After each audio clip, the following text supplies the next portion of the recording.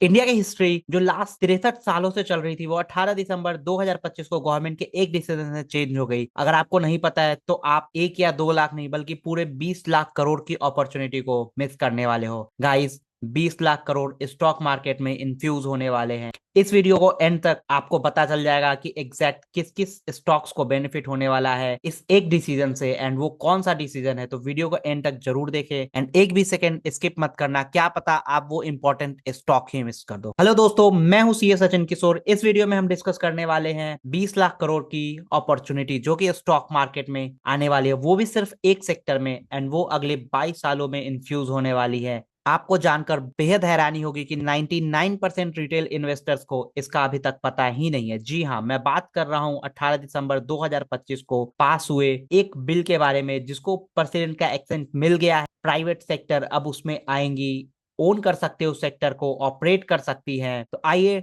Decode करते हैं इस बिल को। ये होने वाला है इंडिया का न्यूक्लियर रिवॉल्यूशन एंड हम डिकोड करने वाले हैं शांति बिल को। हाँ जी, 18 दिसंबर 2025 को शांति बिल पास हुआ है जो कि न्यूक्लियर पावर प्लांट्स बना सकती हैं अब प्राइवेट कंपनियां। इसमें इंडिया शिफ्ट कर रही है प्राइवेट ओनरशिप की तरफ एंड यहाँ पे काफी ज्यादा न्यूक्लियर इन्वेस्टमेंट आने वाली है। आइए डिस्कस करते हैं कि आखिर में शांति बिल है क्या। शांति का मतलब है sustainable harnessing and advancement of nuclear energy for transforming India. बहुत बड़ी इंग्लिश है ना, बट असली में ये आपके पोर्टफोलियो के लिए क्या मतलब रखती है वो मैं आपको बताता हूँ। बट उससे पहले जान लेते हैं हुआ क्या। 17 दिसंबर 2025 को लोकसभा में पास, 18 दिसंबर को राज्यसभा से अप्रूव हुआ एंड 20 दिसंबर को प्रेसिडेंट मुर्मू ने फाइनली सिग्नेचर करके अब इसे लॉ बना दिया है जो कि इंडिया में आ गया। पिछले 63 सालों से सिर्फ दो गवर्नमेंट कंपनीज न्यूक्लियर रिएक्टर्स बना सकती थी, एनपीसीआईएल और Bhavani. Private sector completely ban थे, फॉरेन इन्वेस्टर्स बहुत मुश्किल थी। पर अब शांति बिल ने दो पुराने लॉज को खत्म कर दिया है, एटॉमिक एनर्जी एक्ट 1962 और सिविल लाइबिलिटी एक्ट 2010। अब तीन बड़े चेंजेस आ गए हैं। फर्स्ट चेंज, प्राइवेट कंपनी अब न्यूक्लियर पावर प्लांट्स बना सकती है, ओन कर सकती है, ऑपरेट कर सकती है और डीकमीशन भी कर सकती है। रिलायंस, अदानी, टाटा सब लाइन में लगे हुए हैं। दूसरा चेंज, फॉरेन डायरेक्ट इन्वेस्टमेंट 49% तक ही अलाउड है। मतलब वेस्टिंग हाउस, रोस्ट्रोम, पॉलिटिक जैसे इंटरनेशनल जाइंट्स अब इंडिया में आ सकती है एंड अपना पैसा और टेक्नोलॉजी दोनों ही लेकर। तीसरा चेंज हुआ है सप्लायर लाइबिलिटी का, जो बहुत ही बड़ा ड्रामा चला वो खत्म हो गया। पहले अगर कोई इक्विपमेंट फेल हो गया तो सप्लायर को अनलिमिटेड डैमेज देना पड़ता था, कोई नहीं चाहता इतना रिस्क लेना। अब गवर्नमेंट ने लाइबिलिटी पे ही कैप लगा दी है एंड कॉन्ट्रेक्चुअल है, इसलिए वेंडर पैसा और टेक्नोलॉजी लेकर आएंगे। करंट न्यूक्लियर कैपेसिटी कितनी है? सिर्फ 8.18 गीगावाट। ये बहुत ही कम है, टोटल पावर का 2% से भी कम है। टारगेट क्या है? 100 गीगावाट का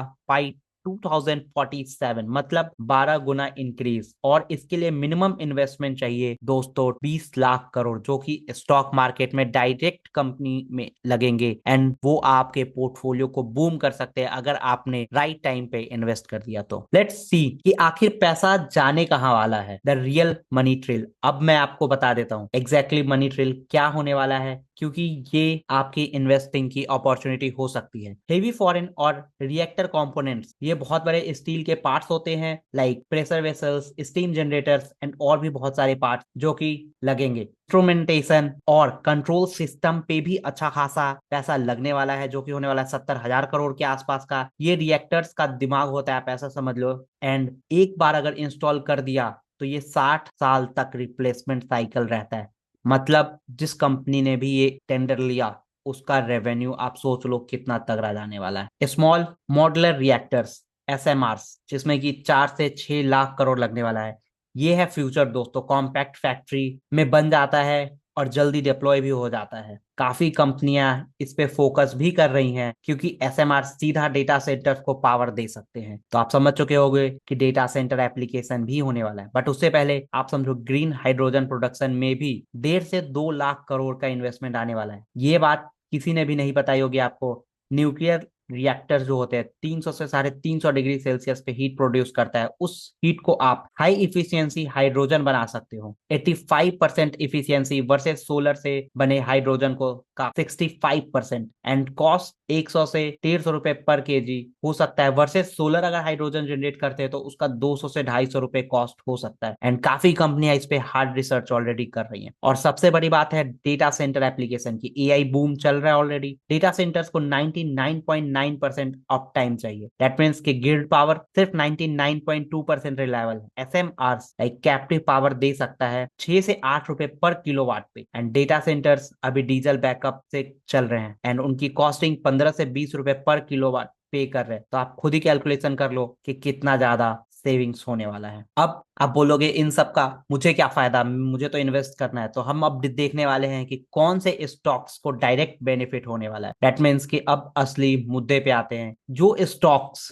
आपको बेनिफिट दे सकते हैं उसमें सबसे पहले नंबर पे LNT है, लार्सन एंड टुब्रो। आप उसका करंट प्राइस जाके चेक कर सकते हो। LNT क्यों है? क्योंकि इस सेक्टर में हैवी वेट है। सितंबर में इनको 2500 करोड़ का ऑलरेडी ऑर्डर मिला है, जितना NPCIL के प्रोजेक्ट के लिए। वो अकेली कंपनी है जिसके पास हेवी इंजीनियरिंग प्लस SMR दोनों है, इनके पास पार्टनरशिप है ऑलरेडी। एंड ऑर्डर बुक की विजिबिलिटी कम से कम 50,000 करोड़ नेक्स्ट 5 ईयर्स में इनके पास आने ही वाले हैं। पर रिस्क है कि 49% FDI की कैप की वजह से LNT खुद रिएक्टर्स 100% ओन नहीं कर पाएगा। वो primary I think EPC player है यहाँ पे, बट स्टिल LNT को काफी अच्छा बेनिफिट मिलने वाला है। सेकेंड कंपनी मेरे पॉइंट ऑफ व्यू से रहने वाली है BHEL। ये एक टर्न अराउंड की कहानी हो सकती है। BHEL पिछले कुछ साल से स्ट्रगल कर रहा है, पर न्यूक्लियर उनका मार्जिन सेवियर बन सकता है। वो steam generators, turbines, balance of plant equipment supply कर सकते हैं एंड गवर्नमेंट पैकिंग स्ट्रांग है। रिस्क क्या है? एग्जीक्यूशन डिले होते हैं इनके और वर्किंग कैपिटल पे इशू रह सकता है।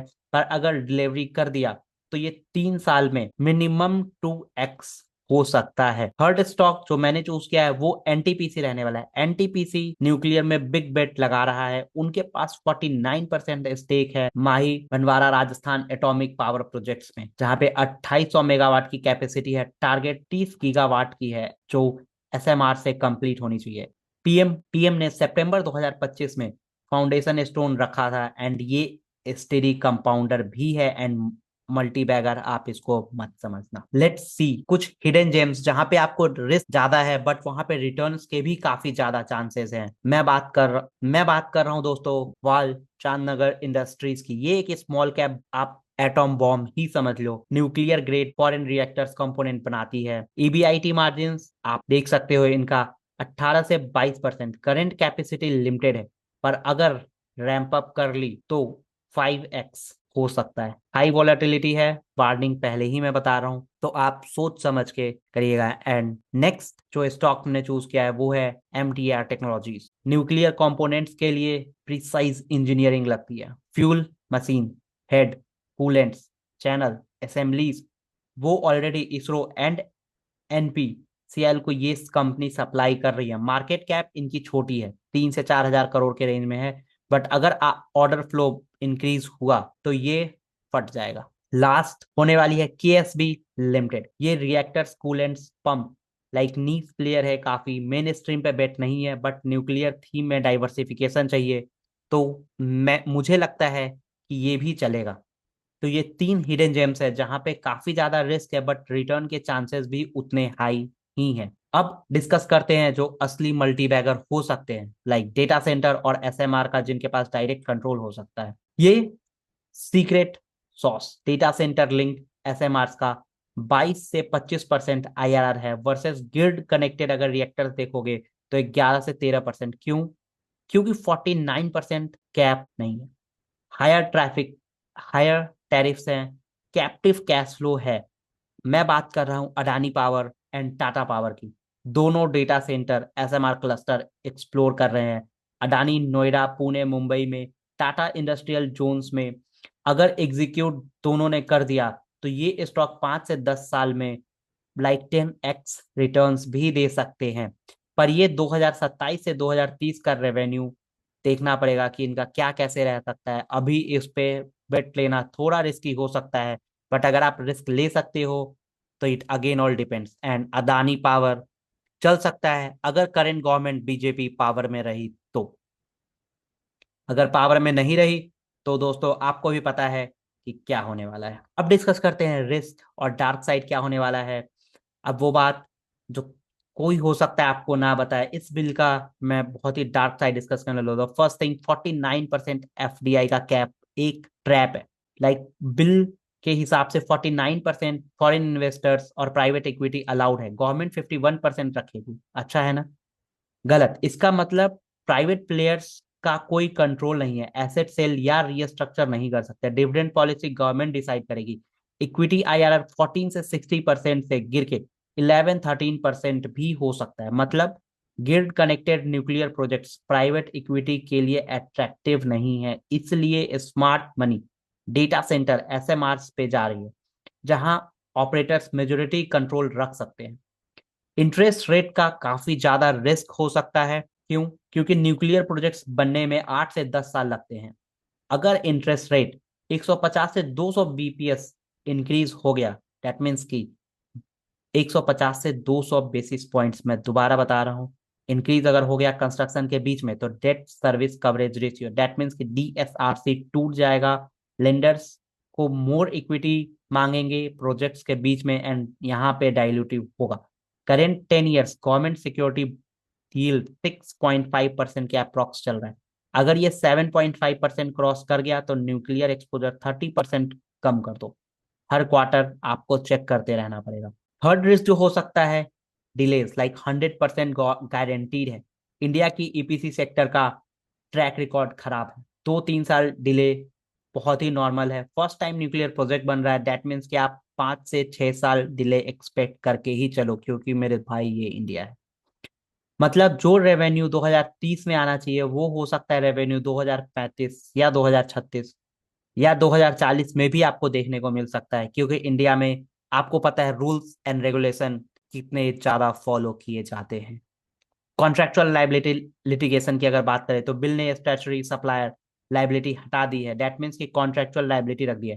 पहले लॉ सूट ऑपरेटर और सप्लायर के बीच में होता था। थोड़ी बहुत जियो पॉलिटिकल प्रॉब्लम भी है, like US export controls, wasting house पे पॉसिबल है, रोस्टॉम पे सैंक्शंस, या फिर रसिया की वजह से, या फिर यूरोप में ऑलरेडी हो रहा है। अगर इंडिया के फॉरेन पार्टनर्स पे सैंक्शन आए या तो प्रोजेक्ट्स रुकने के हाई चांसेस हैं।